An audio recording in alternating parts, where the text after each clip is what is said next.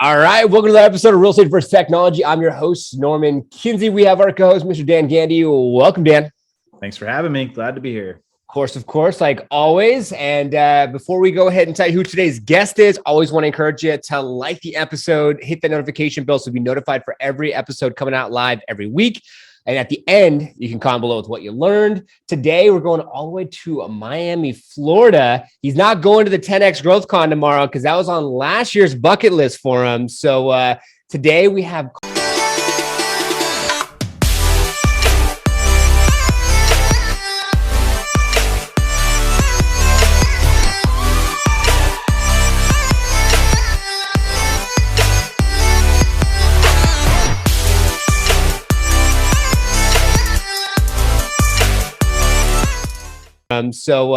Today we have Carlos on the show. Welcome, Carlos, to Real Estate vs. Technology. Hello, guys. Thank you so much for having me. Excited to be here. Yeah, man. Yeah, I was checking you out before we got on the air. I heard that where I saw that you have a daughter. We're talking about how she's 4. My daughter's just right there, and how it's always so fun. And before you know it, they're not going to want to give us hugs and kisses when we come home. Absolutely, man. It's a great time, and my daughter is actually a big part of why I do what I do now, why I work the way that I work, and why I made changes from what my life was before her. So, yeah, big important. I can imagine, man. I can imagine from going from the standpoint of probably working nights, weekends, and who knows how many hours a day to now actually taking that time to be there for your wife and for your little ones. So I commend you for that. That's awesome. On the same page. 100%, brother. Awesome, man. Awesome. And so let's get into it. So it's about you and your business, man. So let's get into first and foremost, how long you've been in the business, why real estate? And I got to say, I got to go to Miami. You do. And let me know when you do. We'll go get some drinks. Let's do it. I've been in real estate, actually not that long. I've been in real estate. This is my 3rd year. But I'm absolutely loving it. I try not to have regrets in my life because every single decision has gotten us to where we are now. But yeah, I wish I would have gotten my license a long time ago, man. I see these kids now, straight out of high school getting their license, and I wish I would have done the same. But yeah, I've been in real estate 3 years. Okay. Awesome. That's great. And so what was that first thing that made you say, okay, I got to get in real estate? That was just like that moment for you. So my mother, she had her real estate license years back. Didn't quite did a whole lot with it. She really didn't have the support system around her, but she loved it. The little bit that she got to do, she loved it. She always, spoke to me about it. So I always had that in the back of my mind, but I was doing other things. Just to give you a quick background, I was born and raised in Colombia, came to the United States in 1999. And from 1999 to 2015, I was working in the entertainment industry. I was a DJ, club promoter. I was an MC. I interview and introduce on stage a lot of people from the Latin music industry: J Balvin, Nicky Jam, Daddy Yankee, all of them. I interviewed them, presented them on stage. Nice. So I was doing that. That was kind of like my weekend hustle, and then I always had a 9 to 5. So I always knew I had to have something that was secure, and then my grind on the weekends. So I was doing that for quite some time. Then the 9 to 5 that I had that moment, which was in healthcare, it was in health insurance. I had a falling out with management after 7 years of working there. So I let that go, and almost at the same time, because things always happen at the same time, right? It's funny how life works. Yeah. At the same time, 2017, I found out that my wife, at that time, my girlfriend was pregnant. Oh. And the same week that I found out, I called the clubs and I said, I'm out of the business, because the entertainment business, Miami, is probably not the best place to raise a family. Not as far as Miami, but being in the entertainment business, right? Yeah. So I didn't want that for me, right? I didn't want to be like these people that I know that, are not living with their kids, and I just didn't want that for me. So I let it all go. So then I didn't have no income at that moment, right? Both of the things were off the table. So, looking for places to work, I found a rental community.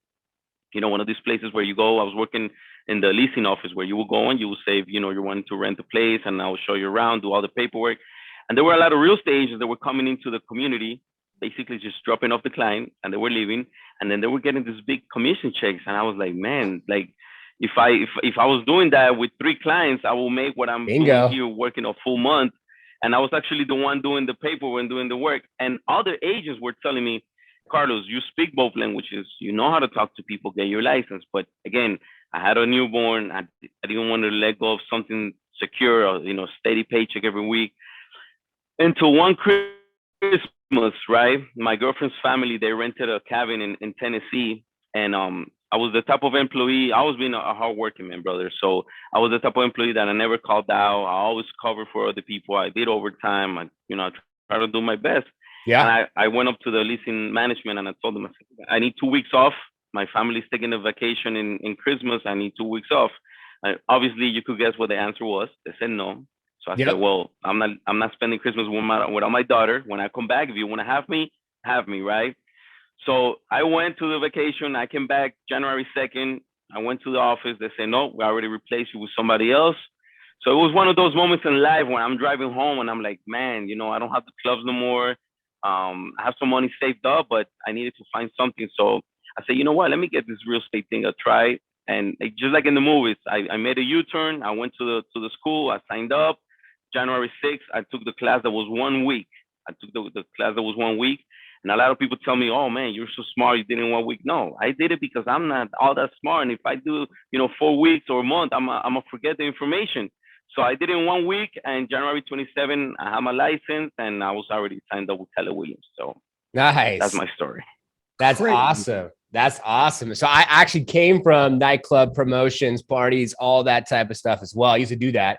And I quit way before I got married and had any kids. So that's an awesome story. Smart guy. I can relate to you. I can relate to you on that. I was like, done. I'm like, no more. I went from like the security to like the promotion to like, I'm done. So how long did it take you before you got your first deal? So the funny thing is, when I got the license, it was 2020. Okay. So I got my license in January. Shit. I'm excited. I'm ready to get started. And then COVID hit. So then I was a couple of months inside the house, just learning, doing, classes online, trying to learn as much as I could. And around the summer of 2020, I came back to the office and I said, hey guys, I gotta get moving. And that year I just did, a couple of rentals, and then I did one deal that year. So a couple of months. Yeah, a couple of months. Geez, good for you for like, COVID hits, you're all in, you have no choice. And you just said, what, I'm just going to make it happen. And good for you too, for not procrastinating and waiting in like 3-4 weeks, for getting the information, having to start all over again. That's super cool. That's awesome. So now that COVID's done, obviously now you're more of a traditional way of being able to transact. What does it look like for you as far as if someone's wanting to use your services? What are some things that you do different than other agents to be able to solidify yourself that deal if I wanted to say list with you? So one of the things that I did when I came back to the office in the summer of 2020, I reached out to the management in the office and I said, I really want to get this going. I'm really passionate about this. I want to make it happen. What can I do? Can I work with somebody? I was willing to just, even if he was the errand boy and make copies or, go show a house, whatever I needed to do. And management, mentioned to me, look, why don't you join the team, learn how other people are doing it, how is it that they work. And I was blessed enough to join the best team in the office, I could say, and which is the Crane Group. And definitely started learning, working with them and seeing how is it that, that they do things. And that's been the biggest blessing. And what really sets us apart is we're a team of full-time agents, about 10 agents. We do a consultation with the buyers and the sellers before we even, before we show in any houses. We get together with them in the office with the buyers and go over the wants and needs. And it's really, we do a consultation, right? And really understand what it is that they want. And man, it's been great. It's been great. That's awesome. I know a lot of viewers and listeners out there, may want to get their license or newer in the business. And it makes a lot of sense to join a top performing team and just, learn from what someone else has already had success from. So and awesome. you realize so much how much you don't know, right? when you join a team and you start seeing people that have been doing this for a long time and are having great success, and you're like, oh man, I didn't even think of that. Yeah. Yeah, no, 100%. I absolutely love it. So we're going to switch up the mix up round to Dan. I see you have over 34,000 followers on Instagram. So congratulations on that, man. And Dan's going to go into a little bit more of the technology to kind of deep dive into what you're doing, what type of technology you're using that helps you become as successful as you are today. All right. Thanks, Norm. So, Carlos, what do you think is probably your number one lead source outside of sphere of influence, friends and family? From a technology side, you got internet leads coming in? Do you got social media leads? Like, let's hear it. All of it. We definitely have a great system. We have a great CRM, which we use to get, internet leads and follow up. The key to this is follow up, right? And so we stay in contact with our clients, whether they're ready to go now or even later on. We make sure that we have a system in place to stay connected with them. Definitely, I use social media a lot. And also, one of our top priorities is repeat business and referrals. Yeah, no, totally.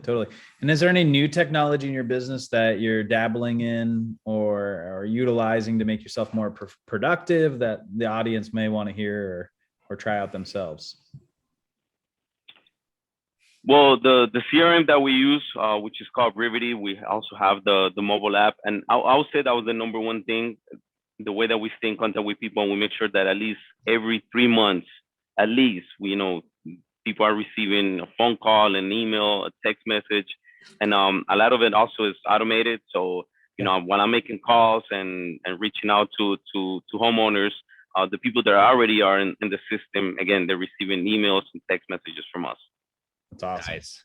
No, it's great. It's all about that follow-up and that touch sequence. And it's good that you're learning from a team that can give you some direction. Now, let's dig a little bit deeper on the social. How did you get so many damn followers on Instagram? Was this like a club promoter world and you knew a bunch of people that you then converted that account into a real estate account? Or tell us your journey there. Yeah, basically it's from when I used to work before in the club scene, and when I would do interviews of artists, they would retweet the interviews and repost or tag me in their posts, and that's definitely what got those numbers there. And then whenever I let that go, I just left it as a personal account. And when I decided to join, I never agree, and I respect everybody's opinion, but when people would tell you, oh, you got to open a different account just for business and then one for personal. First of all, that sounds like a lot of work. And then what are you going to do? You're going to tell the same people to follow both pages. So I just left it as a personal page. And when I started doing real estate, I turned it into my real estate page. I was going to say, awesome. Yeah, who was it that was on our podcast? Daniel Gluckin from the Gluckin group. Remember? Same thing, Norm. He had a DJing business and everyone was like, dude, you got like 15,000 followers. You should become a real estate agent. And nearly the same blueprint, my friend. He quit and then turned it on and now crushing it on social. So, dude, more power to you. Last question for me. If you were to start all of this over and not 10 years ago when you were 18 years old, if you were to start the entire real estate journey over, is there anything that you would do differently or tell a real estate agent that is new coming into the business that would be critical to their growth and speeding up their trajectory to getting more than a couple deals their first year? Right. From my personal experience, I'll say, find a good team, a great team in your office and see if you're a good match to work together. That definitely is going to speed up the process, because within the first weeks of being in the team, just by seeing how other people work, you're going to learn so much, right? And then the other thing will be take advantage of social media. You have a platform or many platforms to reach out so many people. And people tell me, oh, which one is the best one to be in, or which one is the one to do? And you got to be everywhere. You don't know where that client or where people are looking at you from. So yeah, that would be my best advice. Join a team and make sure you take advantage of social media. And I want to highlight that before I pass it over to Norman for two reasons. One of which is a lot of people get their license, obviously, because they want to be entrepreneurs. They want to be independent. They don't want somebody to tell them what to do or where to do it or what time to show up or what they should be doing. But what you're explaining is very critical to your growth early on in your career. If you don't have experience as a real estate broker and you're like anti-team, like I don't want to get in our team, like stop trying to recruit me, you actually slow yourself down in terms of the growth you're going to have in your business, because you don't know lead generation. You don't know the systems that you need. You don't know how to run a business. You don't know the accounting. You don't know the marketing. And you obviously don't have a mentor who can sit down and want to spend time with you, because it's a win-win situation. If you just go into your offices and say, hey, will you mentor me? Most top agents are going to be like, no, I'm way too busy. But I think if more people heard exactly what you said, which is be open to being on a team and be open to being a student the first few years, that's critical. We don't hear that a lot. So I just want to say that's something that I think a lot of people should hear. Right. And again, you can always decide to go a different way later on in life or whatever, but having the right fundamentals at the beginning, I think is very important. Yeah, totally. Love it. Well, thank you, Dan, for taking on that mix-up round. And just to kind of unpack that really quick, I love the fact that it's in the follow-up. It's so true for everyone who's listening and viewing. It's in the follow-up. And, the text message automation, the email automation, like that's super smart on the CRM side. And I don't think a lot of people have those systems set up properly. And that's something that definitely can help you be able to just kind of like leverage your past efforts of setting something up for your future successes as you're following up and as you're going through that process. And, with the Instagram, it's great that it's like social proof, like having those numbers, people see that and they're like, oh, okay. Yeah. Carlos, he's already has so many followers. He's doing really well. Like, yeah, let's definitely use them. Cause I know that social media is becoming more and more prevalent. People are like going online, they're searching agents or looking them up. They're seeing what they have. So, you almost have to have it. If you don't have it, it's like almost like a problem. And I'm seeing that more and more coming up, more on like the Lift Off agent side that sponsors the show. But Carlos, behind you, is that your vision board I see there? Yeah, it is. I saw YouTube on there. So are you starting a YouTube channel and doing more with videos? I have one already, but one of my purpose for this year, it's one of my goals is to get more involved and moving it a lot more. That's awesome, man. That's awesome. Well, hey, that's why it's up there. We can get you a copy of the episode. This could be one of your first videos for your YouTube channel, man. So after we go live, we'll have to get you a copy. And I actually we had Mike Sherrard. Yes, please. Yeah, we'd love to. And we had Mike Sherrard on the episode, on the podcast a couple years back when we first got started, and he does YouTube training and courses. One of his trainees, who's actually on his team as well for the Wolfpack, he went from California to Texas and did 87 million top line and closed 67 deals in his first year organically on YouTube.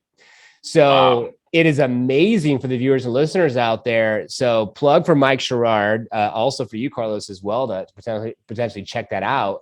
And kind of going into the last couple of questions before I open up the floor to you, Carlos, are you thinking about like using the YouTube channel for like doing any area specific content, or what's some of your thoughts between what you want to do with it? Would love to be able to have our viewers and listeners down below. There'll be a link to follow your channel, and yeah, we could talk about that now and be a part of the success, man. I'll love to learn. I want to do a couple of different things with it, right? And for anybody that is watching anybody that wants to, find me or follow me, anywhere you put Carlos Pulido Realtor, you'll find me there. YouTube is one of them, and also the current group. And a couple of different things that I want to do with the channel, right? So obviously have the listings there. Obviously, want to showcase the homes that we're selling. But I want to do a couple of things where I'm showcasing Miami, right? So activities and different things, different places, restaurants, museums, just different things about Miami, and do kind of like a blog about things like that. So that's definitely one of the things that is going to be on the channel. Wow. I love that. And we're seeing so much more about that. And that was like my next question, as far as like positioning or being an expert in your area, because even for myself, my wife and I, we relocated from California. We're outside of Scottsdale, Arizona. We were doing a bunch of research, and I found like no realtors, and I found some random guy with the camera who would be driving around. So I was like, all right, cool. I'll watch his videos. He's driving around these cities and these streets, and I'll just learn about Gilbert, learn about Chandler, learn about these locations. So that's super smart. I absolutely love that. For the viewers and listeners out there too, definitely think about doing a YouTube video or videos around your specific community. I think that's super smart, because I also know that Dan, he does the same thing with his local community and does some really cool stuff for investors and the whole nine for his YouTube channel. So that's awesome.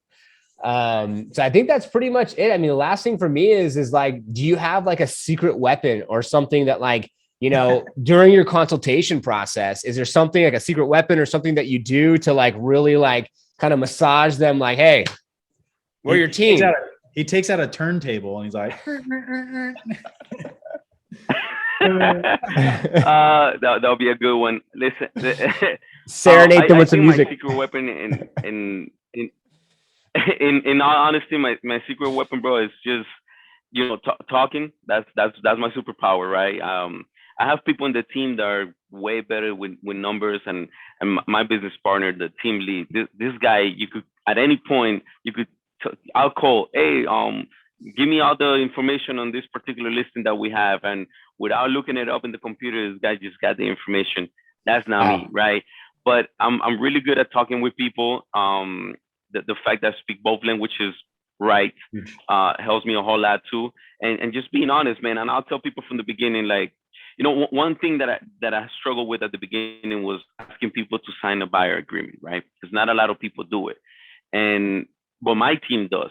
So me learning to explain to people the value and why we asking them to sign a buyer agreement, and just being able to explain people why we do something, explain to them why the market is the way that it is right now and how we're going to help them, you know, maneuver the market, and just being honest, man, and giving people value and the right information. And you're not going to be a match with everybody. There's always the person that's going to say, no, I'm not working with you because of this reason, or I'm not signing a contract because of this reason. And that's okay. You know, the power is in the numbers. But with the people that you do find that you make a good match, and they're willing to work with you, just be honest, providing value, providing information, and these people are going to become clients for life.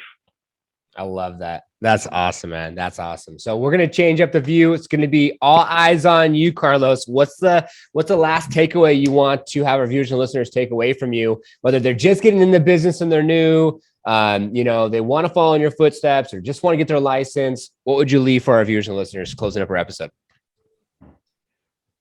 All right. So my best advice ever for any business, I think really, you got to be everywhere. You got to be on social media. You got to be out there. If you're going to have lunch, don't have lunch with coworkers. They're not going to buy from you. You know, make sure you're taking out clients or possible clients, prospects, take to dinner.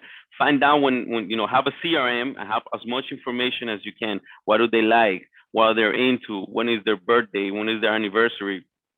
I put in the CRM birthdays, and I always send a book because I read a lot. So I sent all of my clients a book on their birthdays. And then when they have a home anniversary, a home that they purchase with me, I take them out to eat. So be everywhere. Be, you know, you got to let people see you. Be on social media. Be out there. And another thing too, combining the both, right? Combining technology and social media. I have my clients' information on my CRM, but whenever I have a new client, I'm looking for them on social media. I'm looking for them on Facebook. I'm looking for them on Instagram, and I'm adding them. Let people see you. Let people want to be connected and working with success, right? They want to work with somebody that they see that is actually moving and doing things. Don't be afraid to put that out there. Don't be afraid to, you know, to put your life, both personal life and work, your success. Sometimes even when it's not a success, get in front of the camera. Oh, this happened today, but tomorrow's going to be a better day. Just be real, be honest, be humble. People like that. People appreciate that. And let people see you. Don't be afraid to let people see you. Love it, man. Loving it, man. It reminds me of omnipresence, Mr. Grant Cardone. I know that you're in Miami, and he's having his event starting tomorrow. We're actually going to be going virtually, so I'll have to send that link out to you, Dan. Man, Carlos, thank you so much for being on today's episode of Real Estate vs. Technology. This is awesome. Great to meet you, Carlos. No, guys, thank you so much for having me. And the event is going to be amazing. I went to a Grant Cardone event last year. I know it's amazing. I also went to Tony Robbins. So again, if you guys are going to those type of events, it's a great opportunity to learn and also to network with other people. Amen. Amen. Wow, man. Well, thank you so much. We appreciate you. And And now thank you all to our viewers and listeners. It's time to comment below. What the heck did you learn from today's episode? As always, it's our intention for you to take things from our episodes to apply to your business, have more massive success, and we will see you on the next one. Thank you for watching Real Estate vs. Technology, this week's brand new episode, and making it to the end, your real one. If you haven't already done so, be sure to subscribe to our YouTube channel, hit the notification bell so you'll be notified for new episodes that come out every single week on Fridays at 3:30 Pacific Standard Time. Also, if you comment on this episode and you like the episode, you'll help this episode get out to more individuals. And if you want to join our Facebook group page, just click a link. It's a Facebook icon on our profile page here on our YouTube channel. Join our group page, network with individuals all across the world, and share what technology you're using to grow your business. The next link is to join our Real Estate vs. Technology brand new IG or Instagram page. If you go on any of our stories, you can see who's going to be on Real Estate vs. Technology before it actually goes live on our YouTube channel. And the last link would be if you want to be on an episode of Real Estate vs. Technology. You pick a date and a time. We'll deep dive into your story and technology you're using to share that with other individuals that view our episodes weekly, to inspire, enlighten, show up, and show out for people that love to watch these type of podcasts to have more success in their own business. Thank you so much for your continued support. We appreciate it. We will see you on the next one.